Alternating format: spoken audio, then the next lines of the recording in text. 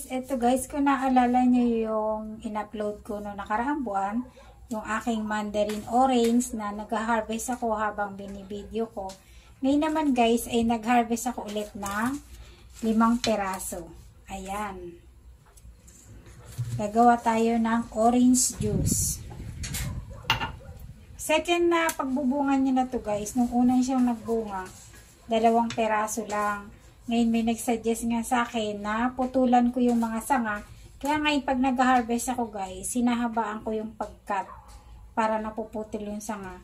Para daw madami magbunga pag kinakat yung kanyang sanga. Totoo naman guys, dahil nung una nga yung pagbubunga, 3 lang yung binunga. Pero ngayon ay madami na ako na-harvest. Yung unang binlog ko na shinare ko sa inyo na nag-harvest ako, naka-harvest ako nun guys ng 10 peraso.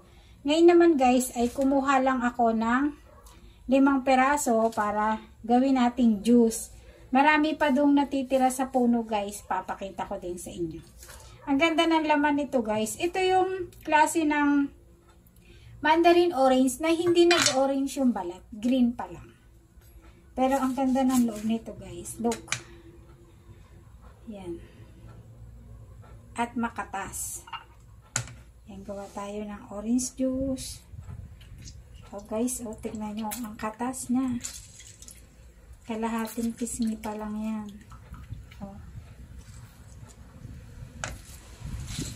gawa tayo ng ating fresh orange juice. Yan, diba guys?